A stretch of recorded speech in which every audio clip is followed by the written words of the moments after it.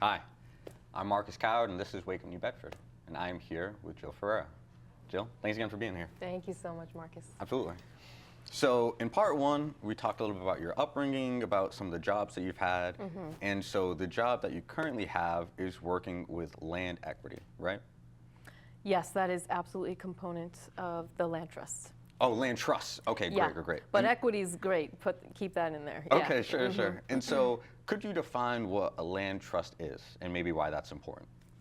Yeah, I'm learning too. It's a vast, diverse subject and world. Absolutely.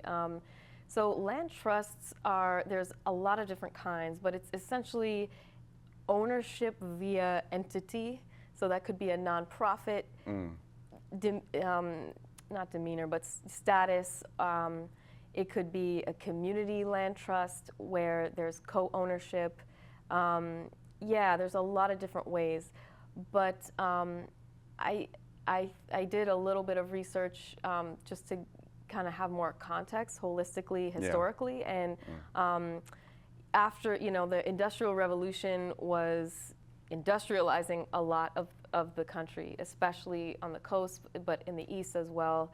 And Boston is one of the sites for the original land conservation trust. So I think the Boston Trustees was the first, or one of the first efforts to conserve pieces of natural space within industrialized areas.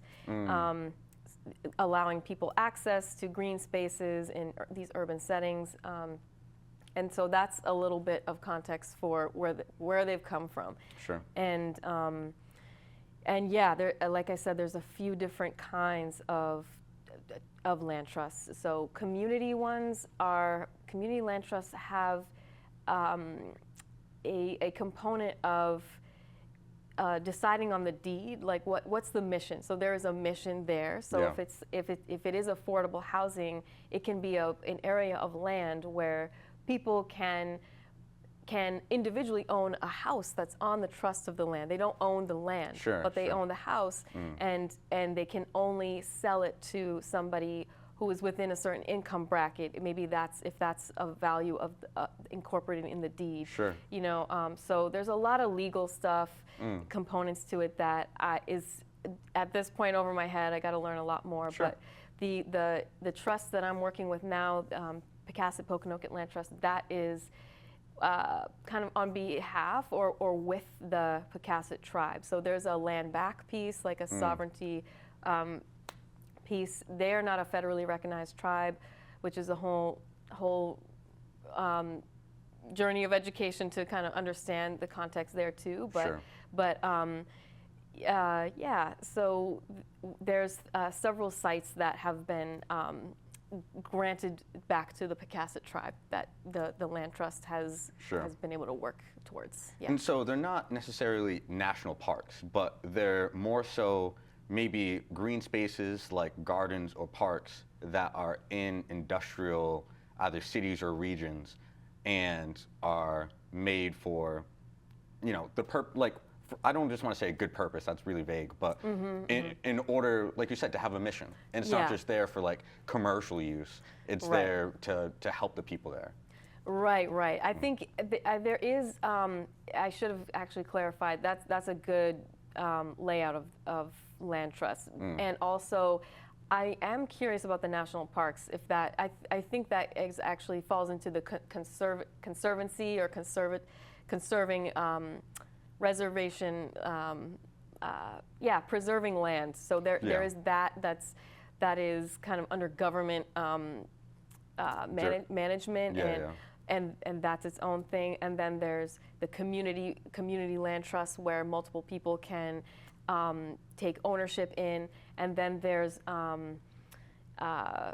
like the Boston Trustees. There's all these parks that people can't own, even though there's like the gardens that people can lease and have a little plot on.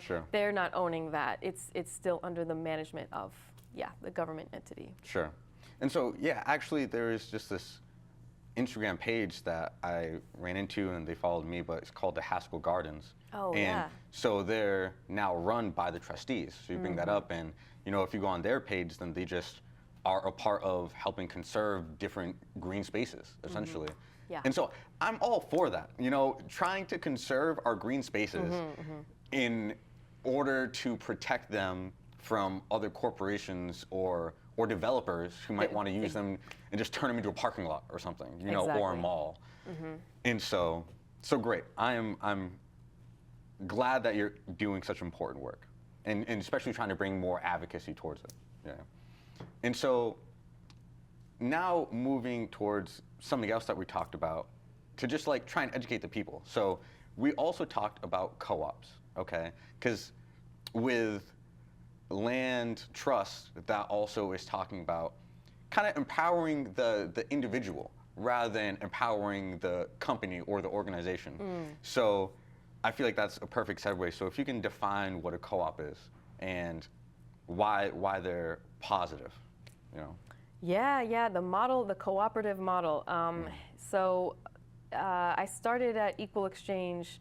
That's where I learned what a worker-owned cooperative is. There's several kinds. Yeah. But a worker-owned cooperative is where the employees, the workers, are equally invested and of equal ownership of the company. So then that differs from a consumer co-op, which I'm sure a lot of people have heard. At least in my experiences, people are more familiar with consumer co-ops, like a grocery store co-op, where a consumer can pay a yearly fee and be a member and get a discount, and then attend meetings and talk about, oh, we would love to see more varieties of rice on the shelves, or we would love to see whatever, whatever values they want to bring forth to the co-op, the grocery co-op. Dorchester Food Co-op is one in Boston, and Urban Greens is in Providence. Those are two I frequent. And then there are producer co-ops. So they're farms, the farmers who are often able to set better rates for their goods that they're selling. They have a little bit more empowerment there. But they're the farmers, and they're collectively owning the farm project. And so would you say that you already mentioned a couple, but is Massachusetts doing a good job in either allowing these co-ops to exist or encouraging them or fostering them? Or is Massachusetts in this region doing a good job? Yeah, I think across the U.S., there are definitely different regions we're seeing a lot more cooperatives happening here. I think within the country, there's maybe, hundreds. I would say maybe like 700. Don't quote me on this. Take a look, but it's less than 1,000 worker-owned cooperatives. Versus, in Spain, there's thousands. So we are a deeply capitalist country, right? So the co-op model doesn't really fit into that structure. And it's actually a threat to the structure, because the more people can have a say in their labor and their working conditions, the less can be capitalized upon them and extracted from them. So there's less opportunities for billionaires. Which is crazy, because along with us being such a capitalist nation, we try and pride ourselves in being a very democratic one. And co-ops are like democracy actualized, okay? We're trying to give the power to the people, but yet you're so right in that it's kind of a threat to our corporate capitalist model that is kind of become the image of America. Which just sounds so counterintuitive, but it's so true. That's great. I love that you brought up democracy, because, I think there's a lot to say there. I'll start with just to get back to your initial question. I do want people to know about there is a co-op lobby day coming up at the State House, really? April 3rd.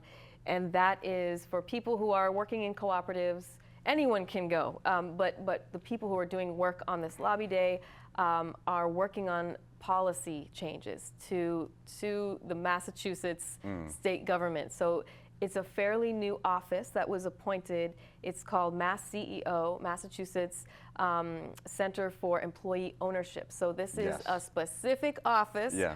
with an advisory board where the people on the advisory board are of co-ops themselves. They are worker owners. Okay, great. And they Great. have that lens and perspective on what do co-ops need to flourish. Yeah. Because a lot of cooperatives, from my personal experience, I've worked in 3 so far. I was a worker owner in 1, and then the other 2 I didn't stay long enough to eventually become a worker owner. But the capitalist system is really hard on it's really hard. Yeah. They're mission driven, they're empowerment driven.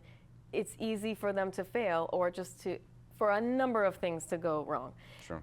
Like any business, it takes a lot to run and manage a business. So I have a lot of love and I have a lot of critique for some of those experiences.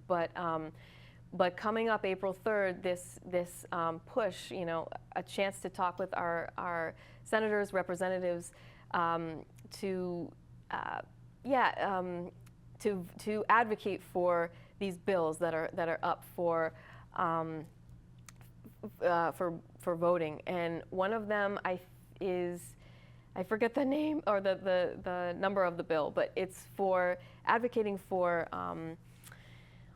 if somebody wants to sell their business, it can be put up to the workers to collectively buy it first before it goes out to for anyone else to buy it. So it's a right of first refusal is what it's called. So folks should check that out.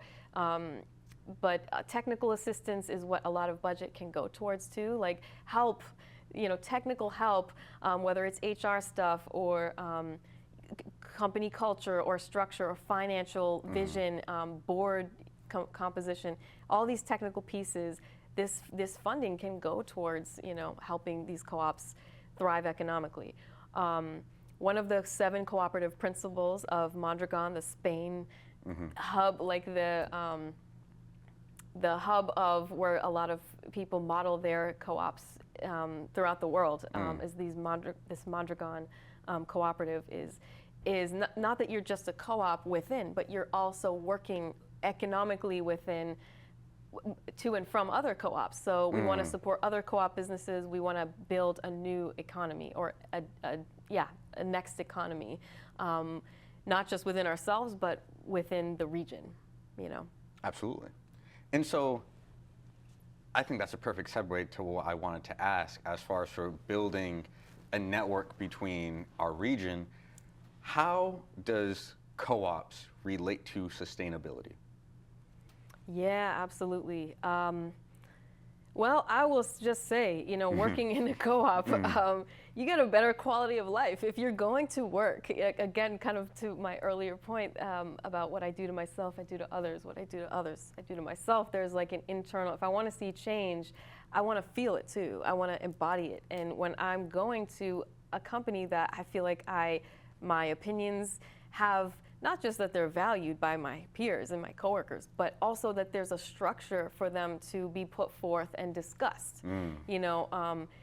Even if nobody likes it, if there's a process for me to put it forth and then we can all decide, that feels so different than going in, clocking in, seeing issues and stuff that I would have a say in, but I know I know there's not a process for that. That feels very different deeply. Absolutely. And so your question of sustainability, if people have, I've switched jobs many times. If I know many people of the working class who are, this place. Oh, they treated me terribly. I'm out. I'm done. There's when you have such high turnover in such important realms of society, that doesn't really build meaningful processes and even safety measures and so I think on maybe in a different level of or context of sustainability, when people are with an organization long enough, there can be more time to develop ideas and contribute and become bond with people and actually work through projects and think about more environmentally sustainable ideas, see them through. If somebody has an idea for a project, they can sustain it if they are with the place long enough. Yeah. So, but yeah, typically cooperatives have more environmentally sustainable ideas built in their mission. So, like Sure. for Equal Exchange, that's a worker-owner co-op. I was there for about 4 years and some change. And yeah, it's a gourmet coffee company. They came about in the mid '80s, I want to say, and it was predating the fair trade. They were the fair trade movement, spearheading the fair trade movement in the U.S. Sure. And they predate the fair trade. You know, the little fair trade label you see. That Equal Exchange was before that. And so these people, these 3 men, came up with this idea to have a model where this U.S.-based company is directly buying from the farmers. There's no middlemen. They are getting the beans transported to a headquarters where they're roasting the beans and they're selling them. So cutting out all these middlemen so that the farmers could have a say in their market value, you know, of what their product is. You know, a lot of farmers throughout the world and the food supply chain, that's a whole other conversation we can get into, but it's a whole form of exploitation. Yep. You know, the farmers don't have any option to get their crops out other than like, all right, it's $1 a pound or 50 cents a pound for all this labor and for products that go across the world. So the idea was to sustain these farmers, and the Equal Exchange actually practices, all right, if the crops, you know, get spoiled on the ship on the way there, we're still going to pay the farmers because we want long-term relationships with them. This isn't just a quick transaction, you know. And so I'm glad you bring up farmers, because along with co-ops and along with this CEO committee at the State House, are there also plans and policies that we're working on in order to support local farmers? Actually, yes. There's a few. But I just went to Agricultural Day at the State House too for on, you know, as a PPLT, you know, advocate. And yeah, there's a few. So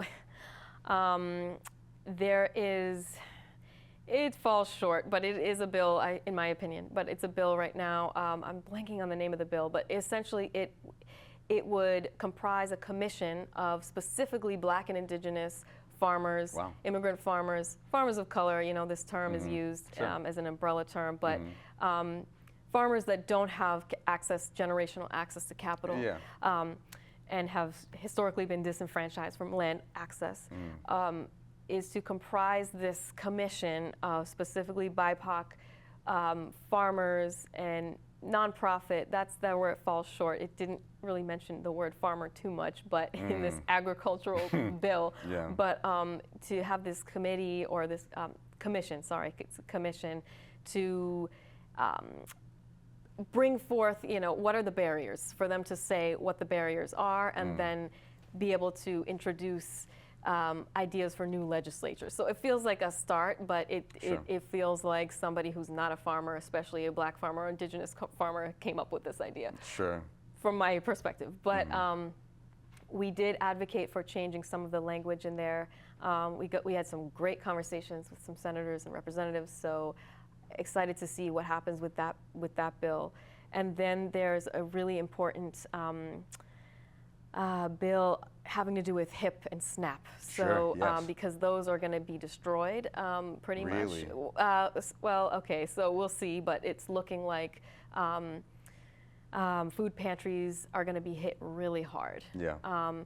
And there's this bill is to incentivize major tax credits to businesses that have food, and if they donate specifically to places in need, specifically food pantries, that those businesses, restaurants, grocery stores, et cetera, would be getting big tax credits. So incentivizing them instead of wasting it or whatever, composting it even to streamline that food supply to pantries. Yeah, so I shouldn't speak, I don't know exactly, but the talk is that HIP and SNAP are going to be under attack. Yeah, 100%. A lot of people are going to be hit really hard who rely on those to survive. So we have a few minutes left, okay? And you have done and are doing a lot of important work, okay? What would you say you are most proud of as far as for accomplishments or things that you have worked on so far? Thanks for the question.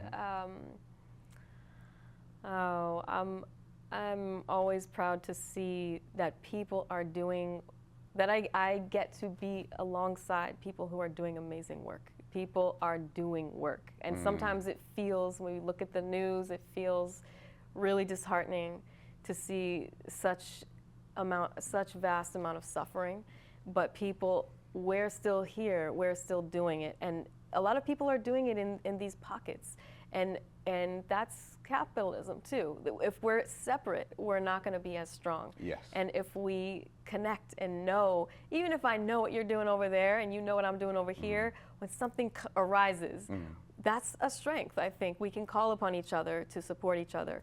And I'm just proud to be a human. When I see Sure. my fellow humans doing such amazing things, Yeah. I feel proud that I've just stuck with it and just followed my intuition.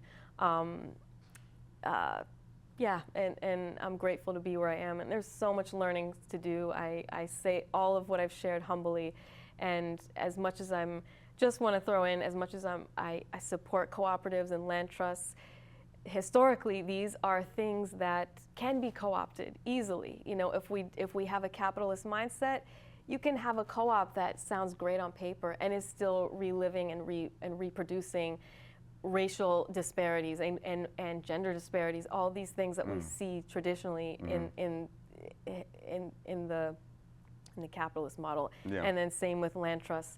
Those historically too, national parks, those were created to keep the land from the indigenous people.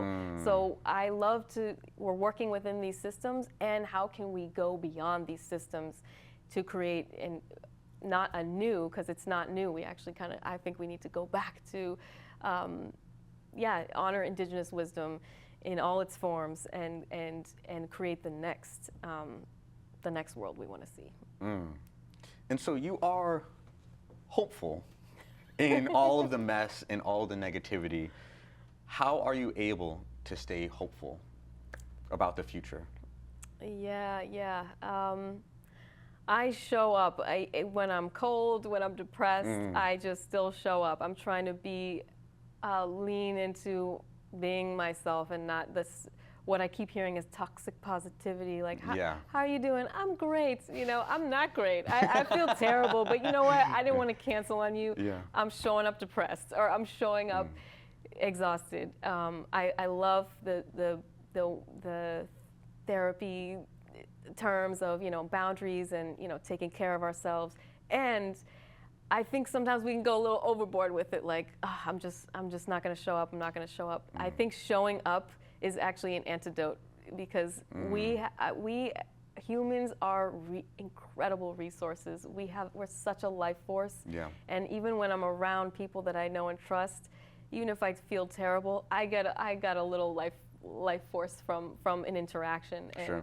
And that's me. I'm not going to speak for anybody else, but I have found that when I just show up, even if I am feeling down or feeling tired, it gives me a lot, And so the two words I kept ringing in my head that you're building are resilience and then perseverance. Did you realize that as you've been living and as you've been pushing through all of, like, even just the daily grind? The daily grind, man. Like, do you feel like at this point it's just a part of your nature and you're just trying, or do you realize that you are persevering and building resilience?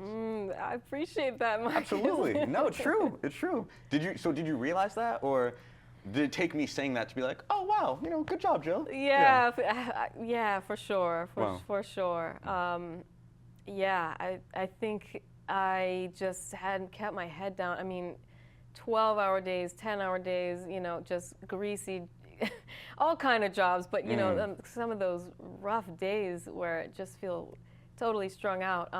Yeah, maybe that was perseverance and putting a lot of that effort in at that point in my younger years, my 20s, early 30s as well.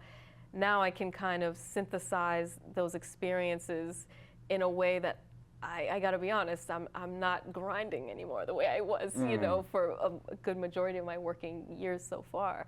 But it feels like I do have something to offer by sight, you know, like what I've seen and what I understand systems to be and how they function. So I never thought of it as perseverance or resilience, but I'll take it, and I think I think it's good. It's good. We need to resist and build at the same time. How do we do that? That's what I've been thinking about lately. How do we resist these structures we disagree with and we don't want to see, and how do we build the new world we do want to see, or the next world we do want to see, you know? And not just dream of necessarily being mermaids, but like building the reality that we want to live in. Yeah. Absolutely. Yeah. And so if you can recommend to the people something that they can volunteer for. So many people want to get involved but don't know how. Yeah. What would you recommend to people? Yes, that's great. And I do want to just say, go ahead. I think personally I would love to abolish the idea of volunteerism. And what I mean by that is, if it's coming from a place of pretense of, you know, oh, I want to give my time to this cause. Sure. But I think we should be moving in a way that is in exchange. What is the exchange here? You know, I want to build community, so I'm going to show up with this organization. Sacred Birthing Village in New Bedford is an amazing organization doing work. I directly am not involved. A dear friend, Zule Holland, is someone I've heard a lot about through, and I've been to one event. But you know, so take a look. What is in your neighborhood? What is going on? There is a lot going on, and if you just show up to some event, something that's happening, and talk to people, you'll find out what's there and what resonates with you too. Sometimes volunteerism is kind of like a check mark of like, oh, I did my good deed, I'm gonna go back to my world now. Sure. And there's a dissonance there. And I think, like at the farm I work at, we used to call it volunteer days, but what we realized, and Ulum Pixan is a dear friend that I work with there. She says when you're coming to plant seeds and do work, you're planting a seed within yourself. You're also learning how to plant garlic. If I want to go do this in my yard or with somewhere else, I'm learning that, and that is so valuable. It's not all about money. It's not all about transaction. What is the exchange that I want that's going to resonate with me, and that is going to also offer a skill that I have, you know? Sure. Yeah. And so you really won me over as far as abolishing volunteer. I'm like, I thought that was good, but I totally get what you mean, and it should be about that exchange and fostering this community and this culture, and you should be learning and getting something as well as giving, and it shouldn't just be this checking of a box, like you said. Yeah. And so, Jill, that's been our interview. That wraps up part 2. Thank you so much for being here. I learned so much. I feel like everyone's going to learn at least something while watching this, and hopefully gain some hope, and they can foster some of that resilience towards sustainability that we've been trying to advocate for. And so thank you everyone for watching. This has been Wake Up New Bedford with Jill Ferreira, and catch us on the next episode. Peace.